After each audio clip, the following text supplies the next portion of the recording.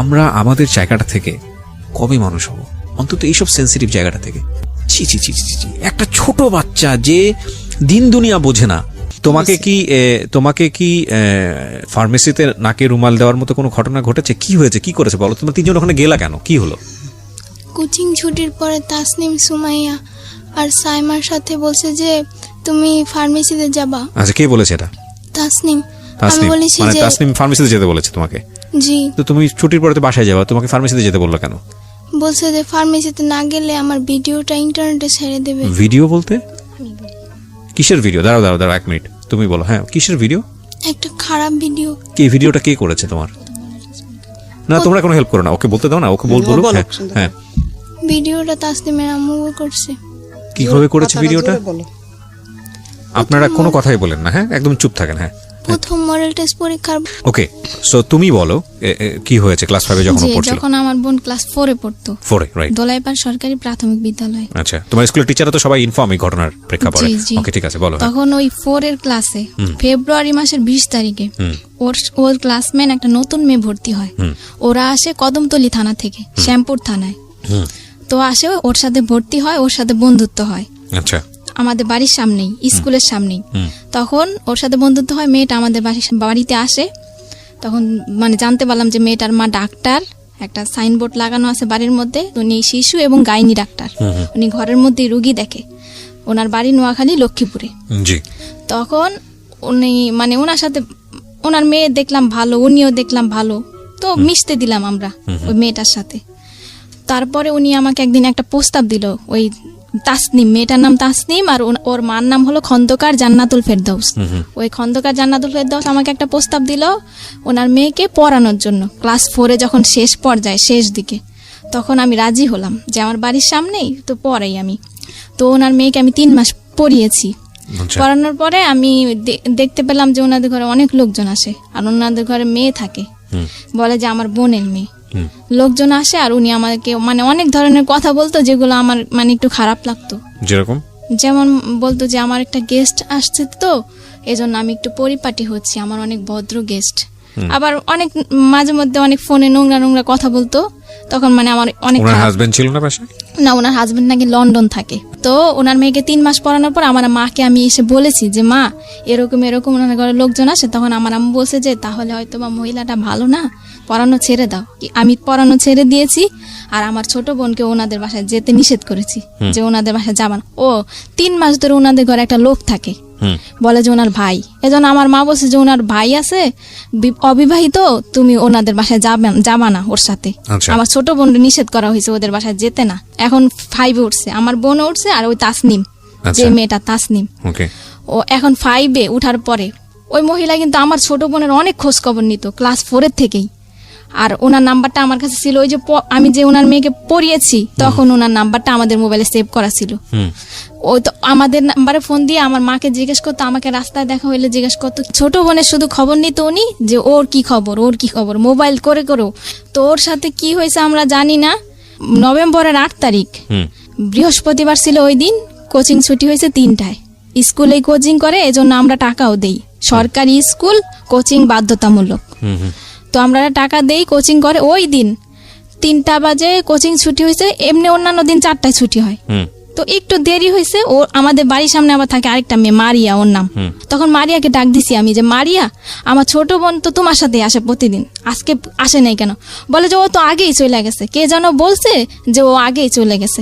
তখন আমি আমার আম্মুরে পাঠাইছি যে আম্মু যাও, তুমি স্কুলে যাও। ওরা স্কুলে গেছে, স্কুল পুরা খুঁজছি আমরা। মানে প্রাথমিকভাবে যাদেরকে কাছে পাওয়া হয়েছে সবাইকে জিজ্ঞাসাবাদ করছে আমার আম্মু। স্কুলের প্রধান শিক্ষক সালাউদ্দিন, ওনাকেও বলছে আমার আম্মু, কিন্তু উনি কোনো গুরুত্ব দেয় না বিষয়টা। মানে একটা স্টুডেন্ট যে হারানো গেছে, উনি কোনো গুরুত্বই দিল না যে একটা মেয়ে মানে ওর সাথে খারাপ কিছু হইতে পারে। আমার কিছু দায়িত্ব আছে, আমি যে প্রধান শিক্ষক, আমি কিছু দায়িত্ব পালন করি। উনি ওনার মতো বাচ্চা পড়াচ্ছে ঘরে। তখন স্কুলে, ওই স্কুলের আরেকটা ম্যাডাম, ইংরেজি ম্যাডাম জাকিয়া ম্যাডাম, ওনার কাছে আমার বোন ক্লাস 4 এ থাকতে পড়েছিল। ওই ম্যাডামটা একটা ছেলে পাঠায়, ওই ছেলের নাম হলো আসিফ। ওই ছেলেটা ওদের ক্লাসমেট। ওই ছেলেটা আমাদের বাসায় আসে, আসার পরে বলে যে আন্টি চলেন ওই পারে যাব সুমাইয়াদের বাড়িতে। সুমাইয়া জানে মানে আপনার মেয়ে, ছোট মেয়ে কোথায় আছে। তখন আমার আম্মু বলে যে- সুমাইয়াটাকে সুমাইয়া হলো ওর ক্লাসমেট। তখন মানে আমার আম্মু গেল ওই পারে, গিয়ে জিজ্ঞাসাবাদ করলো যে তুমি কি জানো কতক্ষণ ধরে ওকে পাওয়া যাচ্ছে না? 3টার থেকে 3টা বাজে ছুটি হয়েছে, ছুটির পরে 1 থেকে ঘন্টার মধ্যে পাওয়া যাচ্ছে জি, না, জি, ওই জি। 1 ঘন্টার মধ্যে খোঁজাখুঁজি শুরু হ্যাঁ, করেছেন। আমরা খোঁজাখুঁজি শুরু। Okay. তারপরে আমার আম্মু জিজ্ঞাসাবাদ করা হয়েছে, এই সুমায়ার পায়ে পর্যন্ত ধরছে। আমার আম্মু বলছে যে মা তুমি যদি কিছু জানো আমাকে বলো মা, আমার মেয়েটা তো 1 মিনিটও দেরি করে না কোনোদিনও, আর কোথাও যাওয়ার মেয়েও না, আমার মেয়ে তো ছোট, আমার কোনো আত্মীয় স্বজনের বাসা আমি ছাড়া তো যায় না। হ্যাঁ, পরবর্তীতে ওই মেয়ে পুরোপুরি অস্বীকার করছে, বলে যে আন্টি আমি কিছুই জানি না।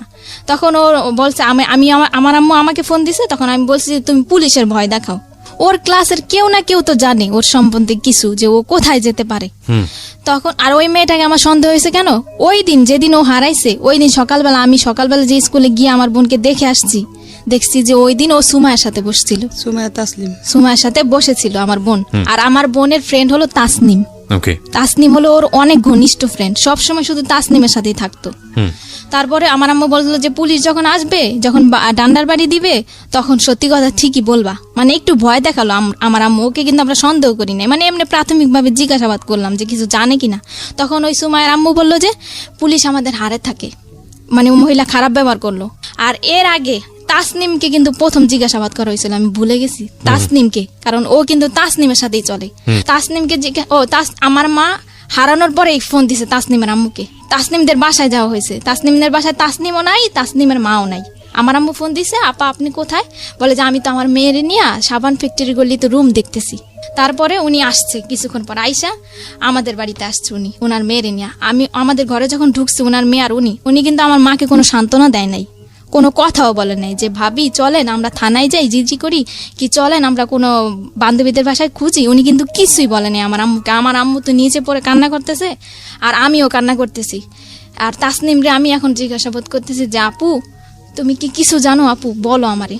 বলে যে না আপু আমি কিচ্ছু জানি না, ও ওদের ওই প্রেম গলিতে গেছে, আমি আমাদের গলিতে গেছি। তাসনিমকে আমি কেন সন্দেহ করেছি, এর মধ্যে একটা কারণ আছে। কারণ যখন মানে আমার ছোট বোন কোচিং এ বাসায় কিন্তু এসে খেয়ে আবার কোচিং এ যেত, কোচিং এ যাওয়ার সময় ওর ব্যাগ থেকে একটা চিঠি পড়ে গেছে। চিঠিটার মধ্যে 3টা মেয়ের নাম উল্লেখ ছিল, ফারিহা, রাজিয়া আর তাসনিম।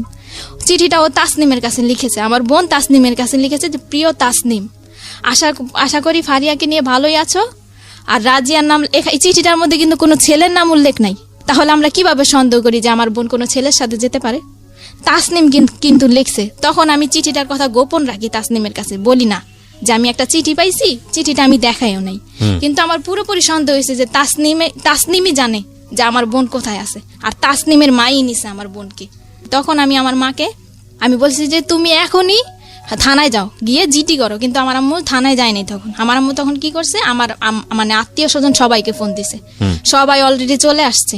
আসার পরে আমার বড় বোন মানে বড় খালার ছেলে একটা মাইক ভাড়া নিছে দোলাইপাড় ওই পারে 1 নম্বর গলি থেকে মাইক ভাড়া নিছে। ওই 1 নম্বর গলিতে কিন্তু আমার বোনটা ছিল, যেই জায়গা থেকে আমরা মাইক নিছি ওইখানেই আমার বোনটা ছিল। ওইখান থেকে কুতুবখালী 1 নম্বর গলি, 2 নম্বর গলি, ডিপটির গলি, কুতুবখালী, দোলাইপাড়, মিরাজির বাগ পুরা কিন্তু আমরা মাইক দিয়ে অ্যালাউন্স করছি।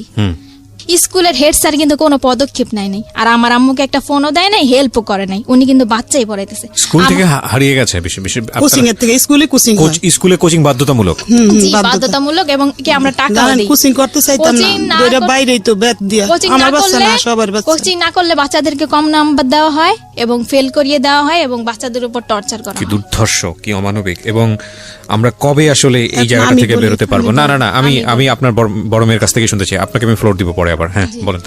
তারপরে আমার আম্মু গেল হেড স্যারের বাড়িতে। আবার হেড স্যারের বাড়িতে যাওয়ার পরে আমার আম্মু হেড স্যারের সাথে কথা বলতে চাইলো। হেড স্যারের দেখে যে বাচ্চা পড়াচ্ছে। তখন ওই মরিয়ম নামে একটা মেয়ে, ওই মেয়েটাকে আমার মা নিতে চাইলো যে মরিয়ম তুমি আমার সাথে আসো, তুমি তো চিনো তোমাদের ক্লাসের কারো না কারো বাড়ি, আমি যাবো তোমাকে নিয়ে। স্যার কিন্তু ওই মেয়েটাকে দিতে রাজি হয় নাই, যে না ও যেতে পারবে না, ও পড়ছে। তখন তাসনিমের মা উনি হেড স্যারের সাথে দরজা লাগায় কি যেন বলতেছে। আমার আম্মু কিন্তু দরজা ফাঁক দিয়ে দেখছে, কিন্তু তখনও কিন্তু আমরা জানি না যে স্কুলের প্রধান শিক্ষকও জড়িত, উনিও জানে, এমনকি ওই মহিলার কাছেই তো আমার বোনটা, কিন্তু আমরা তো আর জানি না যে ওনার কাছেই আছে। তখন আমার আম্মু এসে বললো যে এরকম হেড স্যার আর তাসনিমের মা কথা বললো, আমাকে কোনো গুরুত্ব দিল না, আর আমি একটা বাচ্চা নিতে চাইলাম আমাকে তাও দেওয়া হলো না। হেড স্যার বলে যে দেখেন কোনো বান্ধবীর বাড়িতে গেছে কিনা, এটা বলছে হেড স্যার। আর কোনো গুরুত্ব দেয় না যে চলেন আমি যাই আপনাকে নিয়ে থানায়, কি আমি প্রত্যেকটা গার্জিয়ানের নাম্বারে ফোন দেই, কি আপনাকে একটা বাচ্চা দেই, আপনি যান খোঁজ করেন, কি প্রত্যেকটা গার্জিয়ান আমি ডাকাই, বাচ্চাগুলোকে আমি ডাকাই, কোনো পদক্ষেপ নেয় নাই উনি। তখন আমার আম্মু মাইক দিয়ে অ্যালাউন্স করার পর থানায় গেল, সাধারণ জিডি করলো একটা রাত্রে, তখন 10টা বাজে। সাধারণ জিডি কোন করার পর থানায় হয়েছে এটা? শ্যামপুর থানা। শ্যামপুর শ্যামপুর থানাতে। থানায় একটা সাধারণ জিডি করা হলো, কারো সন্দেহ করে না, মানে একটা সাধারণ হারানো একটা সাধারণ জিডি। যে আমাদের যে জিডির যে মামলার আজম, এসআই আজম, ওনাকে আমার আম্মু নিয়ে আসলো গাড়ি নিয়ে, আমার মেজো খালা আমার মা গাড়িতে নিয়ে আসলো। আমার আম্মু সন্দেহ করলো, আমি বললাম যে আমি ওই মহিলাকে সন্দেহ করছি, যে ওই মহিলার মেয়ের সাথেই চলে, ওই মহিলাই জানে, ওই মহিলার মেয়েই জানে, যদি ওনারাও না নেয় তাহলে ওনারা জানে যে ও কোথায় আছে, কোথায় গেছে। তখন ওই মহিলাকে সন্দেহ করে আমি আমার মাকে পাঠালাম, রাত্রে 2টা বাজে গাড়ি নামায় নিয়ে আসছে, মহিলার বাসায় গেছে পুলিশ নিয়ে। তারপরে ওনার মেয়েকে মানে আমরা পুলিশ নিয়ে চাপ দিলাম, আর ওই খন্দকার জান্নাতুল ফেরদাউসকে চাপ দিলাম আমরা। তখন ওই মহিলা কিন্তু স্বীকার করেনি, আর মহিলার মেয়েও স্বীকার করেনি। তখন ওনার মেয়েকে আমরা মানে সন্দেহ করলাম ওনার বোনকে। ওনার বোন আবার থাকে পান্থপথ, ওই দোলাই পারেই পান্থপথ একটা মানে একটা স্থানের নাম, ওই স্থানে থাকে আর কি। তো ওইখানে ওনার মেয়েকে মানে আমরা চাইলাম যে তোমার খালার বাসায় হয়তো বা থাকতে পারে। তখন ওনার মেয়েটাকে কিন্তু উনি একাই দিয়ে দিল। উনি কিন্তু কোনো আপত্তিকর মানে কথা বললো না যে না আমার মেয়েকে দিব না, আমি এত রাত্রে এতগুলা পুলিশের সাথে আমি কিন্তু দিব না আমার মেয়েকে। উনি কিন্তু ওনার মেয়েকে দিয়ে দিল আমার মার সাথে। আর আমার মা ওনার মেয়েকে নিয়ে এই রাত্রে 2টা বাজে ওর খালার বাসায় গেল, খালার বাসায় আর ওই গাড়ির মধ্যে ওনার মেয়েকে আমার মা কোলের মধ্যে রাখলো এবং বললো যে মা বলো, মা যদি তুমি কিছু জানো তাহলে বলো। কিন্তু ওনার মেয়ে কিন্তু কিছুই বললো না, যে না আন্টি আমি কিছুই জানি না। তখন ওর খালার বাসায় খোঁজা হলো, নেই, ওই বাসায়ও নেই। তখন ওই মহিলা আমার মাকে বললো, যখন ওনার মেয়েটাকে ফেরত দেওয়া হলো খুঁজে আসার পর, তখন মহিলা আমার মাকে বললো যে কাজটা কিন্তু আপনি ঠিক করেন নাই, মানে আমার বাসায় যে পুলিশ নিয়ে আসছেন কাজটা কিন্তু ঠিক করেন নাই আপনি। তখন আমার মা বললো যে আমি পুলিশ নিয়ে আসছি, একটু পর আমি র্যাব নিয়ে আসবো, মানে আপনার কাছেই আমার মেয়ে আছে, আপনিই জানেন। আমার মার তখন মাথা ঠিক ছিল না বলছে, আর মেয়েটা কিন্তু ওনার কাছেই ছিল। কিভাবে উদ্ধার হলো তারপরে? আমার মা চলে আসলো বাড়িতে। পরের দিন সকালবেলা শুক্রবার আমার আম্মু কিন্তু শুক্রবারে র্যাবের অফিসে গেল 2বার। এর মধ্যে আমার ছোট খালা মানে মিডিয়ার লোকদের খবর দিল, 71 চ্যানেলের একজন রিপোর্টার, আর টুটুল উনি বিজয় টিভির, আর দৈনিক দিন প্রতিদিনের পত্রিকার একজন, এই 3 জন আর কি আমাদের পাশে এসে দাঁড়ালো আর কি, সান্ত্বনা দিল আমার মাকে যে আপা কান্নাকাটি করেন না, আপনার মেয়েকে পাবেন। 2 দিনে আমরা র্যাবের অফিসে গেলাম, ওই টুটুল বিজয় টিভির সাংবাদিক ওনাকে নিয়ে, উনি সাক্ষী, কেসের সাক্ষী ওনারা। তো ওই দিন শুক্রবার আর মহিলার কাছে গিয়েছে ওনারা সকালবেলা, ওই মিডিয়ার লোকদের সাথে ওই মহিলা অনেক খারাপ আচরণ করছে, এগুলো ভিডিও ফুটেজ ওই সাংবাদিকদের কাছে আছে। তারপরে ওই শুক্রবার সন্ধ্যা 7টায় আব্দুর রব নামের একজন লোক আসলো, এসে আমাদের দরজা টোকা দিল। সন্ধ্যা তখন 7টা। তখন বললো এই রুমে কি কাপড় বিক্রি করে সেই মহিলা থাকে? তখন আমার আম্মু বললো যে হ্যাঁ আমি বিক্রি করি, আমিই থাকি। আব্দুর রবটা কে জানো? আব্দুর রব, যে বাসায় ওরা রাখছে, যেই বাসায় ছিল 30 ঘন্টা, ওই আব্দুর রব। বলে আমার আম্মু বলে কি, ওই লোকটা বলতেছে যে আপনার মেয়ে আমার বাসায় আছে, আমার কাছে আছে। তা আমার আম্মু বলে যে আপনার বাসায় আছে, আপনার বাসা কোথায়? বলে যে আমি তো মেম্বরের বাড়িতে থাকি। তা আমার আম্মু বলে মেম্বরের বাড়িতে এই যে আপনি কাছে থেকে আমার মেয়েটা দিলেন না, আপনি কি? বলে যে না আমি তো 7 তলায় থাকি। বলে যে কোন 7 তলায়? বলে যে না আমি তো 1 নম্বর গলিতে থাকি। লোকটা কয় ধরনের কথা বলা শুরু করছে, আর বলে যে আপনার মেয়েটা আমার মেয়ের সাথে চলে গেছে, আপনি নাকি অনেকে মানে মারধর করেন মেয়েকে, আমার কাছে আশ্রয় চেয়েছে, আমি আশ্রয় দিয়েছি। ওনার স্ত্রীকে ফোন দিল, কোথায় তুমি? আসলো আমার বোনটাকে নিয়ে আসলো। আমার বোনটা কে 2টা পুরুষ লোক ধরে ধরে নিয়ে আসছে, আমাদের দোতলার ভাড়াটিয়ারা সবাই সাক্ষী। তখন সবাই মানে ওই লোকটা যে এসে বললো, সবাই কিন্তু দরজা খুলে ফেললো, সব কথাই। আমার বোনটা কাঁপতেছে, প্রচন্ড কাঁপতেছে, মানে যাকে দেখে তাকেই ভয় পায়, আর শরীরে অনেক জ্বর ছিল আমার বোনের। তখন লোকটা কিন্তু ঘরের ভিতরে ঢুকতে চাইলো না। আমার আম্মু অনেক কষ্টে আর আমি অনেক কষ্টে বললাম যে আঙ্কেল আপনাকে কিভাবে ধন্যবাদ জানাবো, আপনি একটু বসেন, কিছু খান আপনি। লোকটা কিন্তু ঢুকতে, এই মহিলা তোর বাচ্চাটা ফেরত দেওয়া কি আমার অপরাধ হইলো? মানে উনি কি আবল তাবল কথা বলতেছে। তখন ওনাকে বসালাম। আমার আম্মু বলে যে আমার গার্জিয়ান আসবে, আমার গার্জিয়ানের বুঝিয়ে দিবেন আমার মেয়েকে। তখন আমরা মিডিয়ার লোকদেরকে খবর দিলাম, ওই যে মামারা আমাদেরকে সান্ত্বনা দিয়েছিল, আমাদের পাশে দাঁড়িয়েছে, আর আমার খালা, আমার আত্মীয় স্বজন সবাই আসলো। ওই আয়োর যে মামলার যে আয়ো আজম এসআই, ওনাকেও খবর দেওয়া হলো, আমার আম্মু খবর দিল, স্কুলের প্রধান শিক্ষককেও আমার আম্মু খবর দিল, কিন্তু ওই খন্দকার জান্নাতুল ফেরদৌসকে কিন্তু আমার আম্মু খবর দেয়নি। আর উনি কিন্তু এই একদিনের মধ্যে আমার আম্মুকে কোনো ফোনও দেয়নি, কোনো খোঁজ খবরও নেয়নি, এমনকি কোনো সাহায্য করে নাই। ওই খন্দকার জান্নাতুল ফেরদৌস আমার বোন ঘরে ঢুকার 5 মিনিটের মধ্যে উনি এসছে 3টা মেয়ে নিয়ে। উনি কিভাবে জানলো যে আমার বোনটা ঘরে আসছে? বড় বড় 3টা মেয়ে, 3টা মেয়ে নিয়ে আসছে। 3টা মেয়ে এসে মানে আমার মার সাথে ঝগড়া শুরু করছে যে কেন আমার মা পুলিশ নিয়ে গিয়ে ওই মহিলার বাসায় খুঁজতে গেছে। তখন আজম যে কেসের যে আয়ো, উনি বলল যে আপা দেখেন, আপনার মেয়ে যদি হারানো গেত তাহলে আপনিও খুঁজতে আসছেন, ওনার মনের অবস্থাটা আপনি বুঝেন।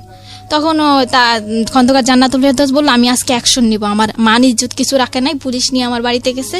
এই পরে আজম বলল যে দেখেন, আপনি বাচ্চা নিয়ে বড় কথা বলবেন না, আর ওনার মনের পরিস্থিতিটা বুঝেন, আপনি কি অ্যাকশন নেবেন, এইগুলা কোন ধরনের কথা বলতেছেন? মানে আমি যেটা বুঝতে পারছি, তখন পর্যন্ত আপনারা কেউ জানেননি যে ওর সাথে কি হয়েছে। ও জানে সব।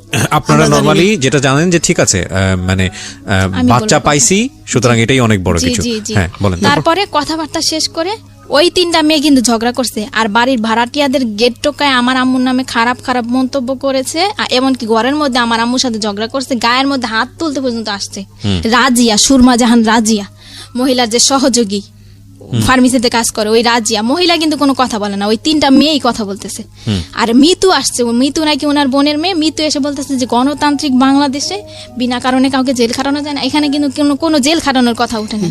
ওনারা কিন্তু নিজে নিজে একটা আওয়াজ হচ্ছিল। হ্যাঁ, তারপরে কি হলো? হ্যাঁ, তারপরে ওনারা সবাই চলে গেছে, কেসের আয়ও চলে গেছে। স্কুলের প্রধান শিক্ষক আসছে এখন। প্রধান শিক্ষক এসে বলতেছে যে এই মেয়ের মা মেয়েকে অনেক অত্যাচার করে, মেয়ে আমার কাছে অনেক দিন বলছে স্কুলে, এই মেয়ের মা মেয়েকে এত অত্যাচার করছে যে মেয়ে চলে গেছে অন্যদের বাড়িতে। তখন হেড স্যার ওকে গিয়ে ধমকাচ্ছে ভিতরের রুমে যে এই মেয়ে, মানে ওকে নাম ধরে বলতেছে যে তুই কার সাথে গেছিস। তখন ও বলছে যে তাসনিম, বলে যে কশাকার তাসনিম না খশাকার তাসনিম। এই প্রশ্নটা ওকে 3বার করা হয়েছে, ও কিন্তু বলছে যে কশাকার তাসনিম। আর হেড স্যার কিন্তু জানে যে ও তাসনিমের সাথে চলে, আর খশাকার তাসনিম নামের কোনো মেয়েই নাই। তখন ওকে ধমকানো হলো, কিন্তু আমরা কিন্তু তখন বুঝি নাই, ওকে চোখ গোড়ানি দেওয়া হয়েছে আমার সামনে, আর আমার 2 খালা, আমার নাম কবি না, কিন্তু মানে ওকে চোখ গড়ানি দেওয়া হয়েছে, আমরা কিন্তু বুঝি নাই যে কেন ওকে চোখ গরম দিচ্ছে।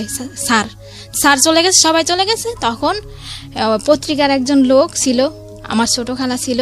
তখনই আমার বোনের অবস্থা, শারীরিক অবস্থা, তখন মিডিয়ার লোকের একটা মানে একটা জবানবন্দি দিল, ওর কাছ থেকে জবানবন্দি দিল। মানে ওই মুহূর্তে ও যা বলেছে আমি তাই বলতেছি। ও বললো যে তোমার সাথে কি কি ঘটেছে।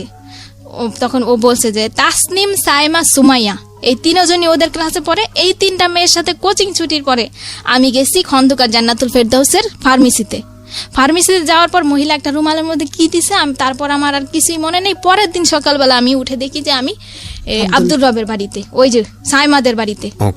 সাইমার বাবা কিন্তু আব্দুর রব। এতটুকু আমি ওর মুখ থেকে শুনতে চাই। মানে আপনার পাশে যে আপনার বোনটা বসে আছে, ছোট বোন, ওকে একটু মাইক্রোফোনটা দেন। আচ্ছা, যদি শুধু খালি এটুকু বললেই হবে যে তুমি যে তোমার বোনের কাছ থেকে এতক্ষণ যে কথাগুলো শুনতেছিলা বা ও যেটা বললো তোমার সম্পর্কে, এটা কি সত্যি? জি। আর ওর বেলা আপনি চুপ থাকেন, আপনি আমার সাথে কথা বলতে দেন, আপনার ইন্টারপ্রেট দরকার নাই। একটা যেটা হচ্ছে যে তোমার নামটা তুমি বলিনি। হ্যাঁ, তুমি আমার সঙ্গে একটু গল্প করো। আমি অনেকক্ষণ ধরে তোমাকে অবজার্ভ করছি, তোমার মানসিক অবস্থা খুবই খারাপ এবং তুমি ভেঙেও পড়েছো অনেকখানি।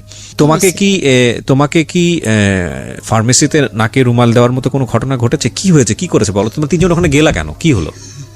কোচিং ছুটির পরে তাসনিম, সুমাইয়া আর সাইমার সাথে বলছে যে তুমি ফার্মেসিতে যাবা। আচ্ছা, কে বলেছে এটা? তাসনিম। আমি বলেছি যে তাসনিম ফার্মেসিতে যেতে বলেছে তোমাকে? জি। তো তুমি ছুটির পরে তো বাসায় যাবা, তোমাকে ফার্মেসিতে যেতে বললো কেন? বলছে যে ফার্মেসিতে না গেলে আমার ভিডিওটা ইন্টারনেটে ছেড়ে দেবে। ভিডিও বলতে কিসের ভিডিও? দাঁড়াও 1 মিনিট, তুমি বলো। হ্যাঁ, কিসের ভিডিও? একটা খারাপ ভিডিও। কি ভিডিওটা কে করেছে তোমার? না, তোমরা কোনো হেল্প করো না, ওকে বলতে দাও না, ওকে বলো। হ্যাঁ, ভিডিওটা তাসনিমের আম্মু করছে। কিভাবে করেছে ভিডিওটা? আপনারা কোনো কথাই বলেন না। হ্যাঁ, একদম চুপ থাকেন। হ্যাঁ, প্রথম মডেল টেস্ট পরীক্ষার তখন এরকম কয়েকদিন হয়েছে। আর ওই যে ও যে খাবারটা খাইলে যে মাথা ঘুরাইতো, কিছুই মনে থাকতো না। তারপরে যখন ওর জ্ঞান ফিরে আসতো তখন তাসনিম বলতো যে চলো চলো স্কুলে যাই।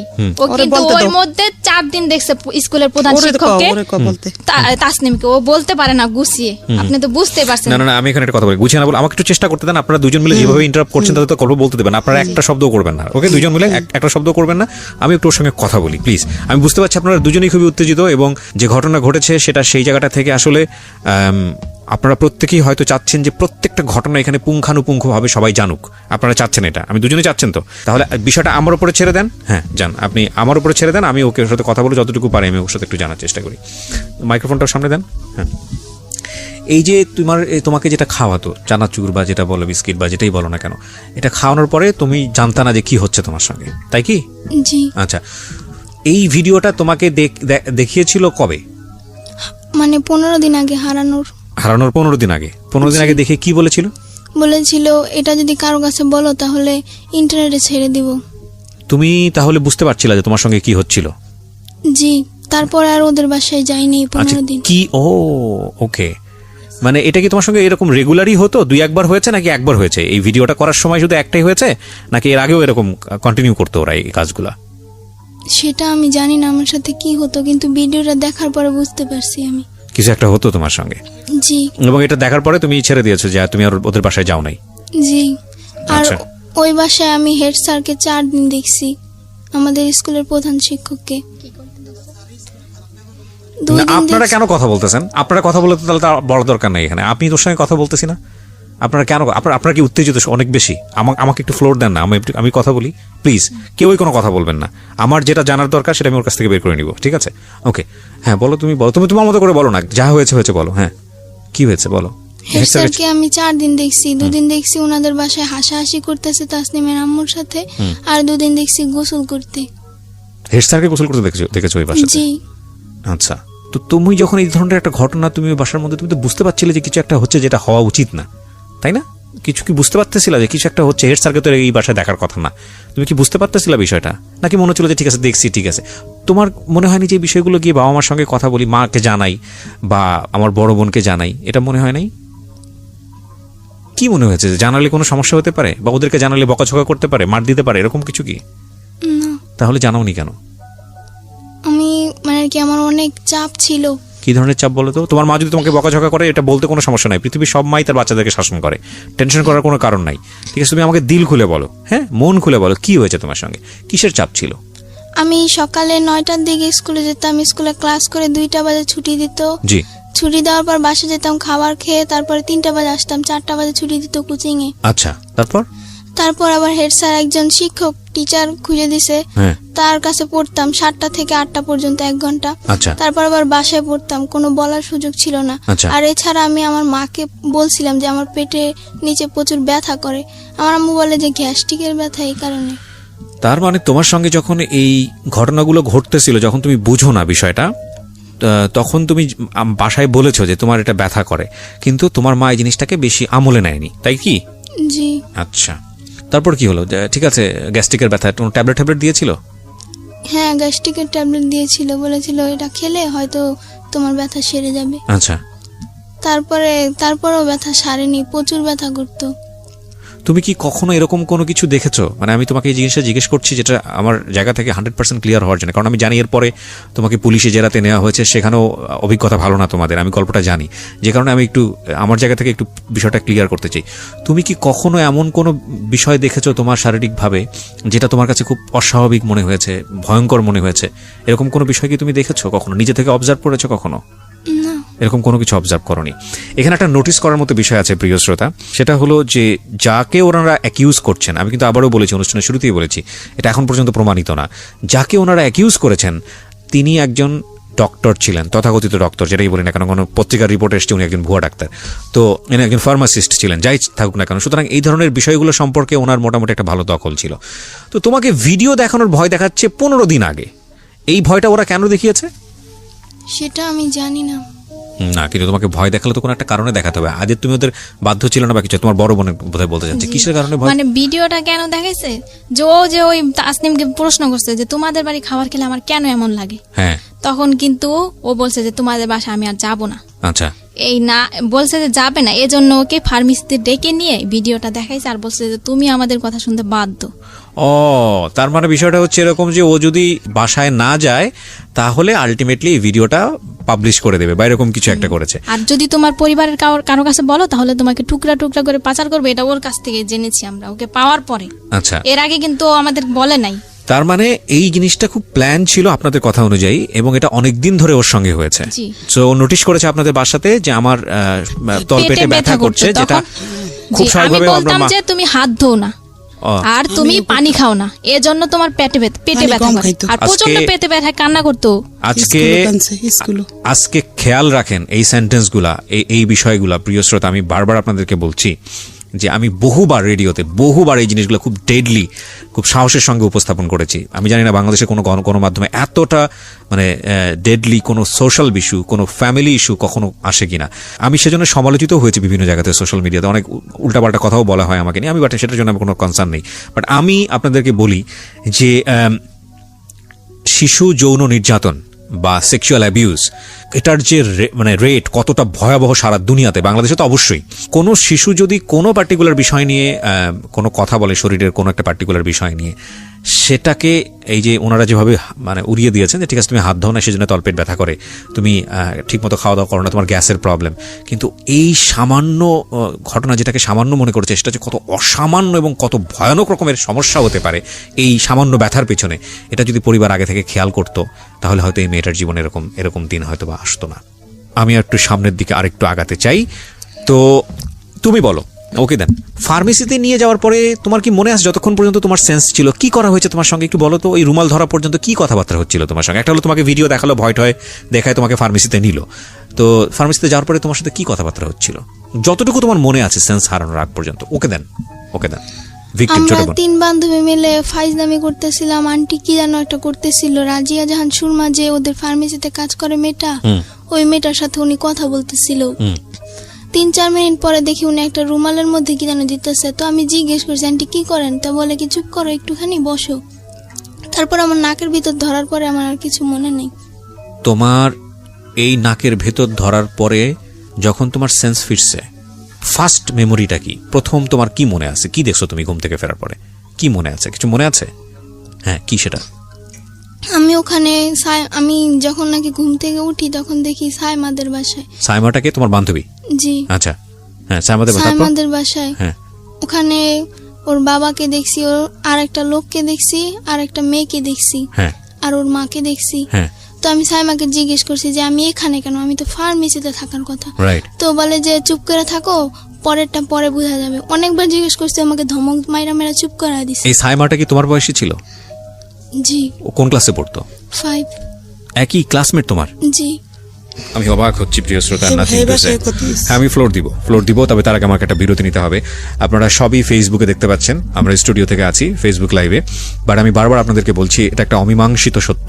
আমরা সত্য মিথ্যা আপনাদের উপরে ছেড়ে দিয়েছি। এটা এই মামলাটি কোর্টে জাজমেন্ট অবস্থায় রয়েছে। ওনারা যে বক্তব্য দিচ্ছেন সেটা আমরা জাস্টিফাই করব না, সেটা জাস্টিফাই করার দায়িত্ব হচ্ছে কোর্টের। কতটুকু সত্য বলছেন, কতটুকু মিথ্যা বলছেন, সেটা পুলিশ ইনভেস্টিগেট করবে এবং কোর্ট সেখান থেকে রায় দেবে। শেষ পর্যন্ত কোর্ট যে রায় দেয় সেটার প্রতি আমাদের আস্থা আছে। কিন্তু আমরা এটাকে উপস্থাপন করতে চাই আমাদের সামাজিক যে লেসন, বা আমাদের এইরকম ঘটনা থেকে আমাদের নিজেদের যে একটু সতর্ক হওয়া, সেই জায়গাটি থেকে আমরা অবশ্যই আস্থা রাখতে চাই মহামান্য বিচারকের উপর, আমরা আস্থা রাখতে চাই মহামান্য কোর্টের উপর। আমরা এটাকে একটা এভিডেন্ট হিসেবে উপস্থাপন করছি না, আমরা কাউকে এখানে অ্যাকিউজ করছি না। ওরা যা বলছে সেটা যে 100% সত্য সেটাও আমরা দাবি করছি না। সেই দাবিটা সে নিরূপণ করার দায়িত্ব হচ্ছে কোর্টের, যেটা আমি অনুষ্ঠানের শুরুতে এই ডিসক্লেমার হিসেবে আপনাদেরকে বলেছি।